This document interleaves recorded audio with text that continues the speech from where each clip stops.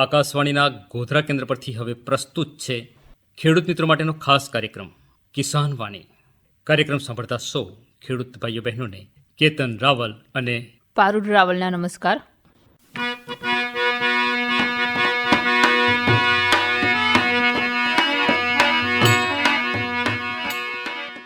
મીઠી, હા, આજના કાર્યક્રમમાં છે ને ગિલોય વિશેની માહિતી શ્રોતા મિત્રોને પૂરી પાડવાની છે.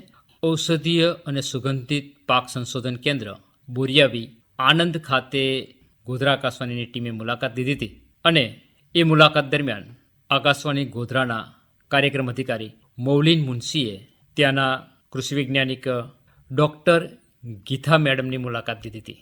એ સાંભળી શકશો. મીઠી, હા, આ દિવાળી નજીક આવી છે ને, તો હવે ઘરની સાફ સફાઈનું વિચાર્યું કે નહીં? હજુ તો મેં વિચાર્યું જ નથી. જેમ આ કોરોના મેં આપણે ઘેર કોઈ મહેમાનો આવે નહીં એમ સમજીને તે બધું સાફ સફાઈ નહીં કરતી. ના, એવું નથી. પણ મીઠી, મેં તો છે ને ખેતરમાં સાફ સફાઈનું કામ ચાલુ કરી જ દીધું. ખેતરમાં તો મેં છે ને વાડમાં જે પેલા કોંટા વધી ગયેલા ને, એ કોંટા બધા દરિયાથી વાઢી જોડીને સાફ કરીને ખેતરના શેડા ચોખ્ખા કરી દીધા. હા, ખેતરનું તો કરવું જ પડે ને. તો મીઠી, તું શું કરે છે ઘેર બેઠી બેઠી? મને એમ કે થાય છે શાંતિથી. અહીં કઈ દિવાળી આવી ગઈ છે હજુ તો. તો મીઠી, આ ઘરની વાત તો ઠીક છે, હજુ નવરાત્રિ બાકી છે, આ અધિક આસો આવી ગયો છે એટલે તમારે થોડી નિરોધ છે. પણ આપણે આ ખેતીમાં પાછળ ના પડાય. શિયાળો બેસતા પહેલો શિયાળુ પાકોનું વાવેતર થઈ જવું જ જોઈએ. તો આ તારે વાડાને મેં ગાડી કંઈ આ શિયાળામાં કંઈ શાકભાજી કંઈ કરવા નહીં? ના, શાકભાજી તો કરવાનું છે. અને મેં તો આખો વાડો સાફ કરી નાખ્યો. હા, વાડો સાફ કરી નાખ્યો? હા, બહુ બધું ઘાસ ઉગ્યું હતું ને વાડામાં, એટલે ઘાસ જ સાફ કર્યું છે? પછી આજુબાજુ મેં રોપેલું બધું કાઢી નાખ્યું? ના, ખાલી ઘાસ કાપી કાઢ્યું છે અને એકદમ ચોખ્ખું કરી નાખ્યું. મારે જોવું પડે. હા, એક જ મિનિટ, મને આ વાડામાં નજર કરવા દે. તો જોઈ આવો, જાઓ. મીઠી, હોંભરશે કે નહીં? આ વાડામાં આવજો. શું કામ છે વાડામાં પાછું? આ વાડામાં આ બધું તે સાફ કર્યું? હા, મેં જ કર્યું. મેં જાતે કેવું ચોખ્ખો કર્યો છે ને એકદમ વાડો. વાડો ચોખ્ખો કર્યો એટલે આ બધા વેલા હો તે કાઢી નાખ્યા? હા, મેં જ કાઢી નાખ્યા. મીઠી, આ શેના વેલા હતા એ તને ખબર છે? મને શું ખબર, મને તો ઘાસ જેવું દેખાતું હતું એટલે મેં તો બધું કાપી કાઢ્યું. આ વેલો તો હું કઈથી લાવેલો તને કંઈ ખબર જ નહીં. આ વેલો છે ને આયુર્વેદિક વેલો હતો. આયુર્વેદિક હતો, પણ જો સાફ ના કરું તો તમે મને બોલો કે સાફ નથી કર્યો. પાડો, બરાબર? પણ એ બધું ઘાસ કાઢવાનું હોય, કોટા કાઢવાના હોય, પણ જરા પૂછીને સાફ સફાઈ કરતી હોય તો આ વેલો શેનો ખબર? આ ગિલોયનો વેલો હતો. હવે ગિલોયનો તો હશે, પણ મને શું ખબર કે એ કોમનો છે એમ. આ જેવો ઓળખીએ ના ને એમ જ આ બધું બફાઈ જતું હોય છે. આ ઘણા ખેડૂતોને આવું થાય છે. મીઠી, આ ગિલોય છે ને હું કોમ લાગે અને એનો ઉપયોગ શું છે એ બધી ખબર નહીં ને, એટલે ત્યાં ગિલોયનો વેલો કાઢી નાખ્યો. પણ મારે છે ને ફરીથી આ હજુ તો તાજો છે, એને કાપીને એનો કટકો કરીને ફરી રોપી દેવો પડશે. તો ફરી ઉગશે પાછો? હા, આ ગિલોયમાં એવું છે કે એનો ટુકડો રોપીએ ને તો એ ઉગી જાય, પણ એ ટુકડો રોપવાની પાછી કલા હોવી જોઈએ. હા, તે કેવી કલા હોય? આ વેલો નીચેથી ઉપર તરફ ચડતો હોય ને તો આપણે કાપીએ ને તો નીચેનો જ ભાગ જમીનમાં રોપવાનો, અને જો ઊંધો રોપી દે તો થાય ના. એટલે કોઈ પણ આ વેલાની કટકા કલમ કરીને જો રોપવાની હોય તો તૈયારીમાં રોપી દેવો, નહીં તો પછી નિશાની કરી દેવી કે આ ભાગ નીચેનો છે. એ નીચેનો વેલો જમીનમાં રોપવાનો. એટલે મીઠી, ચોમાસાનું પાણી પીનશે ઉપર સુધી ચડેલો વેલો તે કાપી નાખ્યો, અને આ ફરી મારી મહેનત તે ઊભી કરી. હા, મને શું ખબર, મને એમ કે આ આટલો લોબો વેરો છે તો શું કોમનો છે એટલે મેં કાપી કાઢ્યો.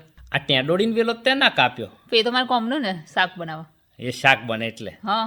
આ વાલોનોય ના કાપ્યો? તે તો ના જ કપાય ને. કારેલીને વેલાય રવા દીધા? એ તો બધા રાખવા જ પડે ને. હા, એનું બધું રોપેલું રાખ્યું, અને આ કડવા એક કડવો વેલો રોપેલો કાઢી નાખ્યો. આ કડવાને બહુ ખોટું લાગ્યું. હા, એમાં શેનું ખોટું લાગ્યું? બીજી વાર રોપી દેજો. હા, બીજી વાર તો રોપી દે, પણ એક વખત વેલો જે ચોમાહાનું પાણી પીને વધેલો ને એટલો વધતો વાર લાગે. હા, હા, વાર તો લાગે, પણ હવે એવું કરો, રવા દો, આવતી સાલ રોપી દેજો. આવતી સાલ તો રોપે બીજા વેલા લાઈન, પણ આ ધીમો ધીમો વેલો ચડશે ને તો કોમ લાગશે. ખબર છે, અત્યારે આ કોરોના કાળની અંદર લોકો રોગ પ્રતિકારક શક્તિ વધારવા માટે આ ગિલોયનું સેવન કરે છે. એ તો મને નથી ખબર. હા, ખબર રાખવી, કારણ કે આ અડધરવાળું દૂધ પીએ, એવું બધું આપણે નુસ્ખા કરીએ, તુલસીના પાન ચાઈને ખાઈ જઈએ, હાથે હાથે આ ગિલોયનું સેવન કરીએ ને તો આપણામાં રોગ પ્રતિકારક શક્તિ વધે, અને કોઈપણ જાતના જંતુઓ આપણા શરીરમાં પ્રવેશ કરે ને તો એનો નાશ કરી દે. કહેવાય છે કે ગિલોય 100 જાતના રોગોની દવા છે. હા એ તો વાત સાચી, પણ આ કેટલું નવું નવું અખતરા કરવાના આપણે. અખતરો કંઈ કરવાનો નથી. આપણે છે ને જાણીતા વેદને પૂછીને જ દવા લેવી, કોઈ પણ દવા જાતે લેવી નહીં. પણ બેઠી આપણે જો આવું કંઈક ઔષધીય પાક વાયેલા હોય અને વેદ આપણને કહે કે આનું સેવન કરવાનું, પણ આપણી જોડે જો એ બચેલું હશે તો આપણે એનો ઉપયોગ કરી શકીશું, નહીં તો પછી આપણે એનો તૈયાર પાવડર લેવા સારું રૂપિયા ખર્ચવાના થાય. હા રૂપિયા તો થાય છે હો. માટે આપણે તમામ ઔષધીય પાકોનું વાવેતર કરવું જોઈએ. માટે જ આજના કિસાનવાણી કાર્યક્રમની અંદર ગિલોય ઉપર સંશોધનનું કામ કરતા એવા કૃષિ વૈજ્ઞાનિક તજજ્ઞ ડૉક્ટર ગીતા મેડમની મુલાકાત સાંભળવાની છે અને તેમની મુલાકાત લઈ રહ્યા છે ગોધરા આકાशवाणीના અધિકારી મૌલિન मुंशी. किसानवाणी कार्यक्रम सुनने वाले सभी श्रोताओं को मौलिन मुंशी का नमस्कार. बहुत किसान भाई हमें पत्र भी लिखते हैं, आकाशवाणी को फ़ोन करते हैं कि हमें गिलोय की खेती करनी है, इसके बारे में वैज्ञानिक हमें मार्गदर्शन चाहिए. गिलोय के बारे में जो संशोधन हो रहा है इसके बारे में हम उसके वैज्ञानिक से बात करते हैं. क्या नाम है मैडम आपका? मेरा नाम है गीता. खास करके आप गिलोय के बारे में रिसर्च करते हैं, तो आप बताएंगे कि जो ये गिलोय है वो क्या इसकी विशेषता है और खेडूत भाई इसको कैसे उसकी खेती कर सकते हैं. अभी हमारा इस इंडिया में भारत में क्या है कि 80% ऑलमोस्ट 70 to 80% औषधीय पौधा का मतलब जो दवा बनाने के लिए जो यूज़ करता है वो आता है वाइल्ड से आता है, फॉरेस्ट से आता है. खेती जो बोले तो 70-80 उतना ही मैक्सिमम कल्टीवेशन से आता है. तो गिलोय ऐसा बोले तो अभी कल्टीवेशन में नहीं है. इंडस्ट्री में जो यूज़ होते वाला गिलो और जो हम डोमेस्टिक मार्केट में देसी वैद्य लोग जो लोग यूज़ करता है वो मैक्सिमम कलेक्ट करता है वाइल्ड से. तो क्योंकि इतना सारा वाइल्ड में है, खेती क्यों नहीं करते बोले तो अभी वाइल्ड से मिल रहा है इसलिए यूज़ कर रहे हैं. प्रॉफिटेबिलिटी का बात आता है किसान लेने के टाइम पर. अभी कोविड आ गया, कोविड आने के टाइम इसका और उपयोग ज़्यादा बढ़ गया तब, और अभी डिमांड इसका बढ़ने वाला है. तो वो लोग सोचिएगा कैसे खेती करना है, क्या कर सकता है. तो इसको खेती करना है तो भी मेरा सजेशन है कि अभी खेती ऐसे सोल क्रॉप मतलब कल्टीवेशन पूरा खेती करने के लिए मत सोचना है. आपको एडजस्ट होगा, अवेलेबल एरिया में होगा, कोई ऐसा लैंड होगा, ट्री होगा आपके पास खेत में, उसमें चढ़ा दो, वो साइड में चढ़ा दो, ऐसा ऐसे एरिया में आप चढ़ा दो. बीच में होगा, ऑर्चर्ड में स्पेस होगा, आपका दूसरा क्रॉप्स होगा, उसके साथ आप इसको लेके जाइए खेती करने के लिए. क्योंकि इसका प्रॉफिटेबिलिटी थोड़ा कम होगा ऐसे फुल आपने टिनोस्पोरा गिलो में डिपेंड करने से. आपको इसको ऐसा एडिशनल क्रॉप जैसा आप एक्सिस्टिंग सिस्टम में लेके जा सकता है. इसका पत्ता भी यूज़ होता है, फिर भी मेन ये जो इसका मेडिसिनल प्रॉपर्टी होता है स्टेम, इसको बोलते हैं स्टेम में होता है. इसको खेती करने जा रहे हो तो मेनली उसका स्टेम कटिंग से जाता है. स्टेम कटिंग करने के टाइम पर आपको देखना है कि इसमें इसका 3 आंख होना चाहिए. इसका कटिंग लगाने के टाइम पर स्टेम का 3 आंख आप समझ सकता है ना, नोट्स जो बोलता है इसको आंख बोलता है. इसमें इधर से आपको रूटिंग आएगा. अब एक कटिंग बनाने के टाइम पर ऐसा देखना है उसमें 3 आंख होना है, एक आंख नीचे मिट्टी में होना है. ऐसा करके इसको आपको स्टेम कटिंग से इसका मल्टीप्लिकेशन कर सकता है. सीड से भी इसका आपको मल्टीप्लिकेशन कर सकता है पर इतना फास्ट इसका ग्रोथ नहीं होगा ये स्टेम से जो होगा. इसलिए उसको खेती करने के लिए आपको यूज़ करना है स्टेम. और मैडम खास जो है गिलोय के भी अलग अलग प्रकार होते हैं. जैसे अभी गुजरात में बताया कि जो आपने जो पत्ते बताए इसकी गिलोय, ये भी एक दूसरे गिलोय ही है मगर अलग जाती है, तो इसके बारे में भी आप बताएंगे? हाँ, इंडिया में ऐसा भारत में देखें तो 3-4 वैरायटी इसमें वैरायटी मतलब स्पीशीज मिलता है. इसको बोलते हैं टिनोस्पोरा कोडिफोलिया, टिनोस्पोरा क्रिस्पा, टिनोस्पोरा मालाबारिका और साइनेंसिस. दोनों का एक ही नाम है, टिनोस्पोरा साइनेंसिस, टिनोस्पोरा मालाबारिका, एक सेम नाम है. तब 3 स्पीशीज ज़्यादा मिलता है. इसके अलावा अभी एक आध स्पीशीज है पर इतना ज़्यादा नहीं है, पर ये तीनों मिलता है. जैसे टिनोस्पोरा कोडिफोलिया का डिस्ट्रीब्यूशन देखें तो थ्रू आउट इंडिया आपको मोस्टली मिलेगा. टिनोस्पोरा जो क्रिस्पा बोला इसके ऊपर स्यादा, इसका ये जो स्पाइनी होता है ना, स्यादा होता है, ये क्रिस्पा है. इसके अलावा आपको एक टिनोस्पोरा मलाबारिका यानी साइनेंसिस करके एक मिलेगा. उसमें क्या है कि एकदम साफ होगा, एकदम इसका ऊपर कुछ नहीं होगा, एकदम साफ होगा. इसका स्टेम भी मोटा होगा. पत्ता आप देख लीजिए, पत्ता ये तीनों को देखने से क्या होता है कि टिनोस्पोरा कोडिफोलिया का पत्ता कंपैरेटिवली छोटा होता है, टिनोस्पोरा क्रिस्पा और साइनेंसिस का बड़ा पत्ता होता है. पर ये जो क्रिस्पा का पत्ता में आप एक बार ये दिखा सकता है खेडूत भाइयों को. पर टिनोस्पोरा साइनेंसिस का और मलाबारिका जो बोलते हैं उसका एकदम साफ एकदम मिलेगा और मोटा पत्ता मिलेगा. दोनों के जो औषधीय उपयोग है वो सेम है कि कोई ज़्यादा अच्छा होता है, कोई ज़्यादा हेल्पफुल होता है हेल्थ के लिए? हाँ, हेल्थ के लिए सोचे तो तीनों पहले पुराना ज़माने में जब ये जो औषधीय पादप हमने यूज़ करना शुरू कर दिया, ऋषि मुनिया, वैद्य लोग, देसी वैद्य लोग जो यूज़ करता है, तीनों स्पीशीज़ यूज़ करते थे। जो स्पीशीज़ जिसमें अवेलेबल है, जैसा आप तो आसाम, मणिपुर, त्रिपुरा, ये कलकत्ता मतलब बंगाल, इस एरिया में आपको क्रिस्पस ज़्यादा मिलेगा। पर इसलिए क्रिस्पा भी उधर बंगाल में क्या है कि क्रिस्पा भी मिलेगा, कोडिफोलिया भी मिलेगा। पर आप अरुणाचल प्रदेश और त्रिपुरा उस पासीघाट उस एरिया में जाएगा, आपको उसमें क्रिस्पा ही मिलेगा। पर उधर का देसी लोग उस ज़माने में वो यूज़ करते थे क्रिस्पा इंस्टेड ऑफ टिनोस्पोरा कोडिफोलिया। और टिनोस्पोरा मलाबारिका जो साइनेंसिस जो बोलता है वो दिल्ली में भी है, मलाबारिका इसका मतलब साउथ में भी बहुत होता है। पर तीनों में गुण तो है, पर सबसे अच्छा अभी हमारा रिसर्च वर्क्स बहुत सारा चल रहा है, तब पता चल गया कि टिनोस्पोरा कोडिफोलिया सबसे अच्छा है। अच्छा मैडम, ये जो खेडूत भाई है जो हमारे ये कार्यक्रम सुन रहे किसान भाई, उसको अगर इसकी खेती करनी है तो कैसे वो गिलोय की खेती शुरू कर सकते हैं? खेती करना है तो आप पहले उसका आपका हेडजस में यूज़ करो, आपका जो ऑलरेडी जो ट्री स्पीशीज है उसके अंदर डालने के लिए कोशिश करो। ऐसे सोल क्रॉप आप करने से आपका थोड़ा प्रॉफिटेबिलिटी का इश्यू आता है। अभी किलो आपको 25 रुपया मिलता है, वाइल्ड से मिल रहा है तो हो सकता है 5 रुपया भी ऐसा। इसलिए लोग तो क्या करता है, जो चीपेस्ट प्राइस में मिलता है वही परचेज करेगा इंडस्ट्री। तो आप खेती करके लेके गए तो भी आपको अकॉर्डिंगली पैसा मिलेगा नहीं। इसीलिए आपको ये एक प्रॉफिटेबिलिटी मार्केट आपको पहले डिसाइड करना है किधर बेचना है। दूसरा, जो भी मेडिसिनल प्लांट में जैसा है इसमें भी ये प्रॉब्लम होगा मार्केटिंग पहले आपको देखना है, इतना डिमांड इसका है, मैं इधर भेजने है, ऐसा मार्केट अवेलेबिलिटी मिले तो ही आपको इसमें जाना है। अदरवाइज आपको क्या करना है, आपके पास ऑलरेडी लैंड ऐसा पड़ा है, हेडजस आपके पास है, हेडजस है और ट्री स्पीशीज है, ऑर्चार्ड है, उसमें आप डाल दीजिए। उसके बाद आपको मार्केट एकदम स्टेडी मिलेगा, तब आप ऐसा कल्टीवेशन में जाना, प्रॉफिटेबिलिटी देखे।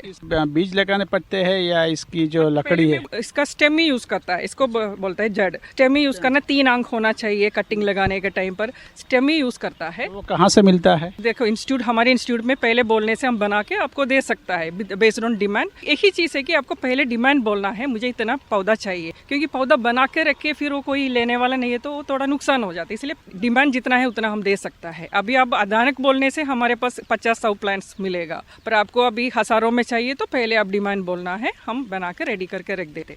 मैडम, ये जो गिलोय है उसकी देखभाल के लिए कोई स्पेशल कोई खास ध्यान रखना पड़ता है? मेडिसिनल प्लांट है, इसमें बीमारियां ज़्यादा होता नहीं है ये सभी क्रॉप में। पहले डालने के टाइम पर आपको देखो गड्ढा लगाना है 1 मीटर में। इसका एक ये क्लाइंबर है, मतलब चढ़ने वाला क्रॉप है, इसलिए आपको सपोर्ट चाहिए। इसलिए मैंने पहले बोला था कि आप सोल क्रॉप में जाने से सपोर्ट का प्राइस बहुत लगेगा, स्टेकिंग करने के लिए आपको लगाना पड़ेगा। इससे अच्छा है आप ऑलरेडी आपका हेडजस्ट में उसमें आप चढ़ाने के लिए कोशिश कर दो, नहीं है तो और चार्ट में लगाने की कोशिश कर दो। वो बहुत ज़रूरी है, इसमें वो चढ़ाने का काम एक होता है। उसके बाद ये पेरेनियल मतलब आपको एक बार काटो फिर अगेन आता रहेगा, आपको ये परमानेंट रख सकता है।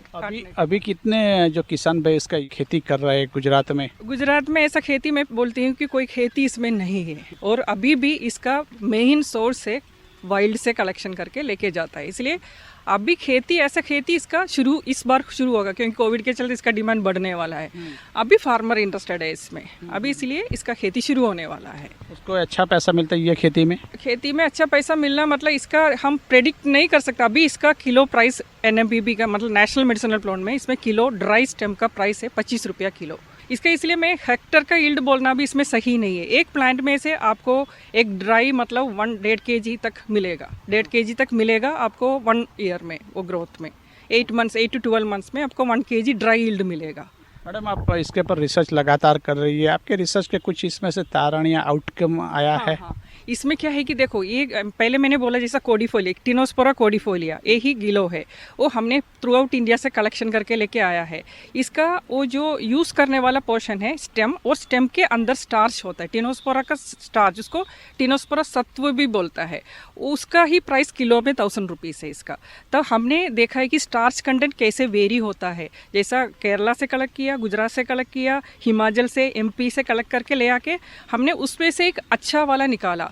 उसमें स्टार्च % भी आपको वेरी होता है 5% से लेके 35-40% तक वेरी होता है ड्राई परसेंटेज स्टार्च कंटेंट। आप सोच सकते हैं ना तब कितना वेरिएबिलिटी होता है। इसलिए फार्मर्स अभी कलेक्शन करके मतलब कल्टीवेशन के लिए जा रहे हैं तो एक अच्छा वैरायटी होना सबसे बढ़िया ज़रूरी है, क्योंकि स्टार्च कंटेंट पे डिपेंड करेगा प्राइस अभी पर मार्केट में किलो में इनको मिलता है, कितना स्टेम उतना प्राइस। फिर भी क्या है कि आगे जाके उसमें कितना कंटेंट उसमें से ज़्यादा है उतना अच्छा प्राइस मिलेगा। तो हमारा रिसर्च में हमने पहले एक और स्टडी किया था, टिनोस्पोरा कोर्डिफोलिया, टिनोस्पोरा साइनेंसिस, टिनोस्पोरा क्रिस्पा, ये तीनों में कौन सा अच्छा है। तब हमने वो केमिकल का फिंगरप्रिंट करके देखा, तब पता चल गया कि टिनोस्पोरा कोर्डिफोलिया में सबसे ज़्यादा ये कंटेंट है। इसमें मेल है फीमेल है, नर नारी है, दोनों है। तब फार्मर को लगेगा इसमें कौन सा अच्छा होगा।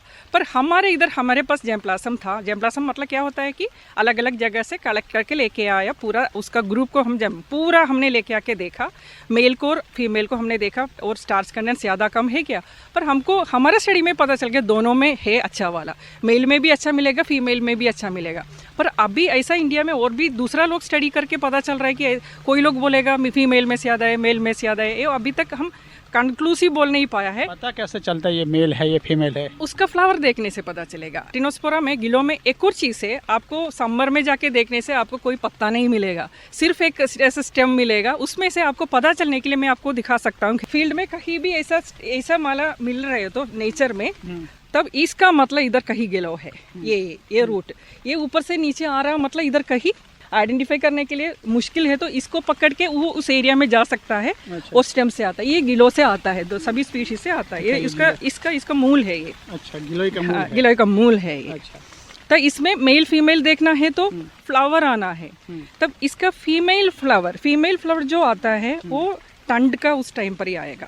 मतलब दिसंबर के उस टाइम पर मेल फ्लावर ऑलमोस्ट आपको बीच बीच में मिलता रहेगा। वो फ्लावर का अंदर देखने से पता चलेगा नर है क्या नारी है क्या। तो औषधि उपयोग के लिए आयुष मंत्रालय भी उसके पर बहुत जोर कर रहा है। और खास करके जो कोरोना है, कोरोना महामारी, इसमें भी उसका बहुत प्रभावक उपयोग रहा है। यूज के बारे में बोल रहे तो ये इसको बोलता है अमृता। संस्कृत में, हिंदी में, मलयालम में हर जगह पे ये वर्ड आता है अमृत। अमृत आपको पता है देवलोगों का वो जो नहीं मरने वाला है, उनका वो जो स्टोरी है ना, विष्णु जी का स्टोरी है, मोहिनी रूप में आके उसको अमृत कुंभ लेके गए, उसका ये लोग बोलता है इसमें यही था। तो है अमृत है, इसका मतलब अमृत खाने से आपका यूथफुलनेस रहेगा। पर वो प्रॉपर्टी इसमें है करके पुराने से ये ट्रांसफर होके हमारे पास आया है। अभी देखें तो देशी वैद्य लोगों का इसके हिसाब से, आयुर्वेदा के हिसाब से इसमें देखें तो इसका डिफरेंट प्रॉपर्टीज है। उसमें एक है कि उसका फीवर कम करता है, ये जॉन्डिस के लिए यूज़ होता है, आपका स्टैमिना बढ़ाता है। आपका कोई ऑपरेशन हो गया उसके बाद आपको रिकवर करना है तो ये अच्छा है। चिकनगुनिया में भी बहुत कम लगता है। चिकनगुनिया मतलब फीवर, कहीं भी एंटीपायरेटिक बोलता है इसको, एंटीपायरेटिक। फिर इम्यूनिटी आपको इंक्रीज करता है, ये कोविड के लिए इम्पोर्टेंट है। कोविड में क्या है कि अभी क्या गवर्नमेंट और डॉक्टर्स क्या बोलते हैं, आपको इम्यूनिटी बढ़ा के रखो, prevention is better than cure. आपका बॉडी अच्छा है तो आपको कोई भी बीमारी नहीं आएगा। इसलिए आपको टिनोस्पोरा का ये एक गुण है वो आप यूटिलाइज करना है। आयुर्वेदा डॉक्टर से बात कर दीजिए, जितना मात्रा में खाना है, उसका पानी पीना है, कैसे पीना है, उसका काढ़ा बना के पी सकता है, पाउडर बना के खा सकता है, वो जो करना है वो फॉलो कर दीजिए, बिकॉज ये आपका रिजुविनेटिंग इम्यूनिटी बढ़ाता है। वैद्य लोग बोलते हैं कि 100 रोगों में ये काम आता है। हाँ, अमृत, इसका नाम ही अमृत वही है। इसका पाउडर फॉर्म में खा सकते हैं, नहीं तो आप लेंथ का हिसाब से आप कच्चा निकाल के उसको थोड़ा खोद के रात को पानी में डाल के रखो, सुबह पानी पी सकता है। एक तो ये रूप में बोलते हैं।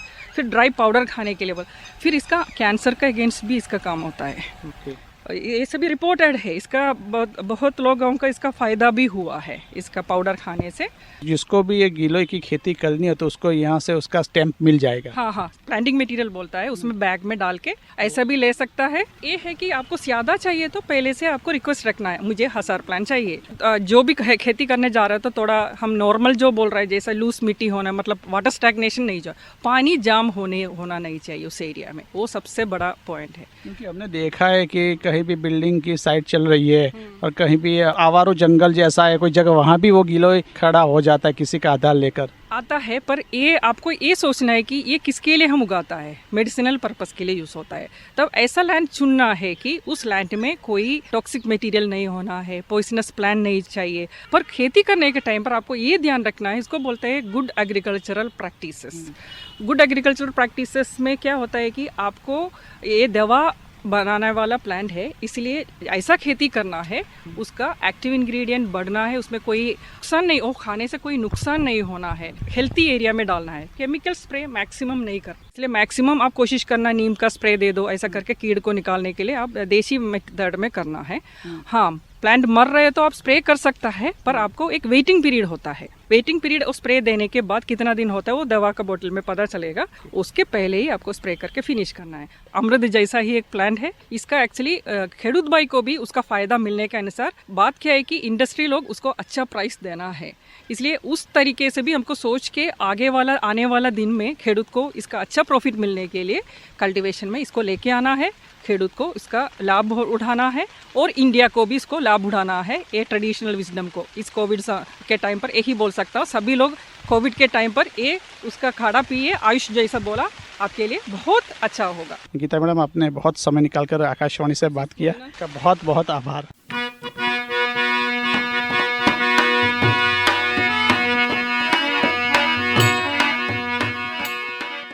મીઠિયા ગીતા મેડમની વાત સાંભળી કેવું લાગ્યું?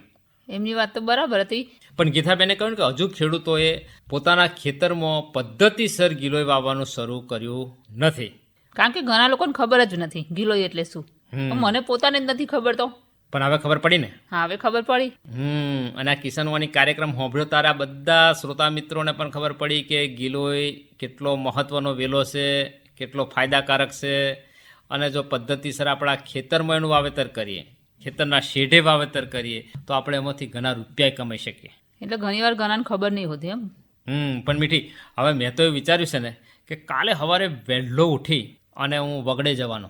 વગડે હું કામ છે પાછું? અને વહેલા શું કામ ઉઠવાનું? વહેલા ઉઠવું તો આમ શરીર માટે ફાયદાકારક. હા, તો રોજ એમે 6 વાગે તો ઉઠો જ છો ને? હા, તે 6 ને બદલે હું છે ને 5:30 ઉઠી જવાનો છું. તે હારા પહોંચે તો અંધારું નહીં હોય ખેતરમાં? ખેતરની કાલ તો વગડે જવાનો છું. વગડે હું કામ પડ્યું પાછું? સવારે છે ને હું અને પેલો દૂધો.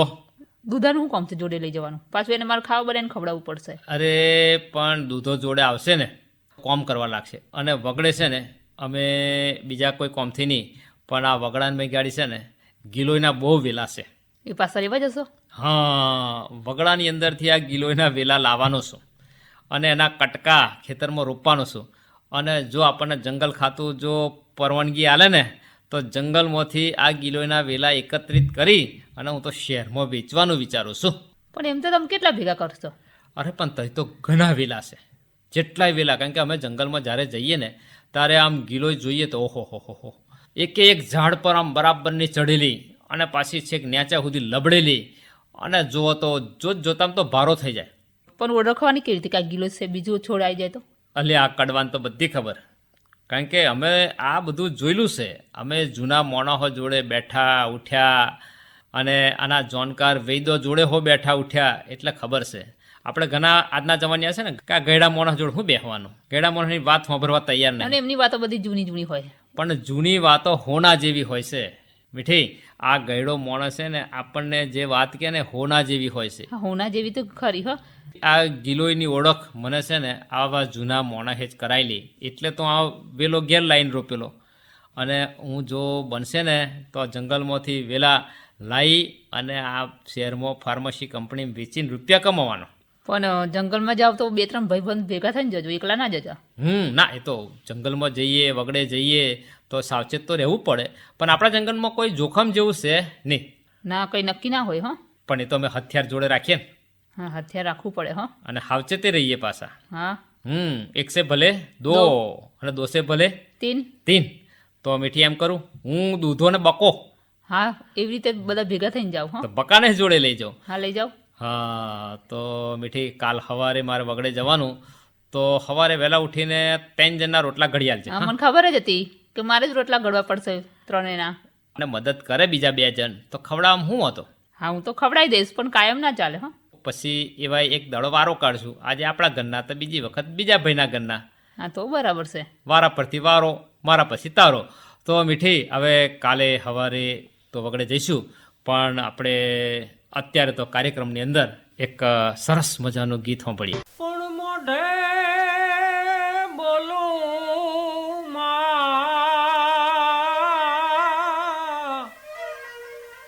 હર રે ત્યાં યા તો હાસે બાળપણ હાંભરે પણ મોટાપની મજા અરે રે મને કડવી લાગે એ કાગડા એ જી હાલી રે અયોધ્યા રામને વળાવવા એ જી હાલી રે અયોધ્યા રામને વળાવવા વાલીરાન દેવા વનની વિદાય રે હાલી રે અયોધ્યા રામને વળાવવા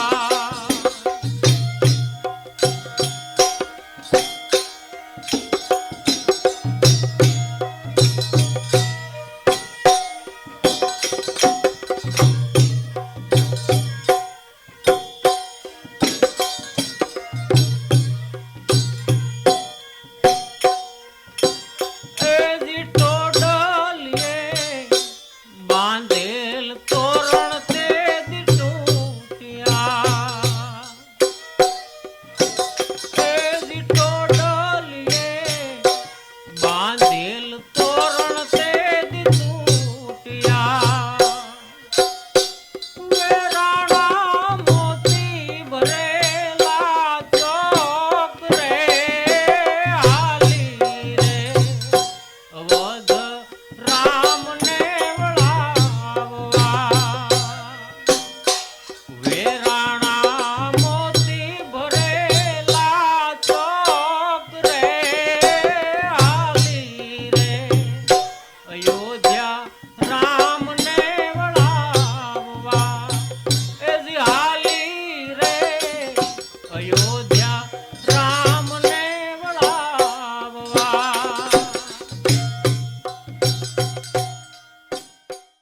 આકાશવાણીના ગોધરા કેન્દ્ર પરથી હમણાં આપ સાંભળી રહ્યા હતા ખેડૂત મિત્રો માટેનો ખાસ કાર્યક્રમ કિસાન વાણી. તો કાર્યક્રમમાંથી છૂટા પડવાની આપશો રજા. કેતન રાવલ અને પારુલ રાવલને એ આવજો.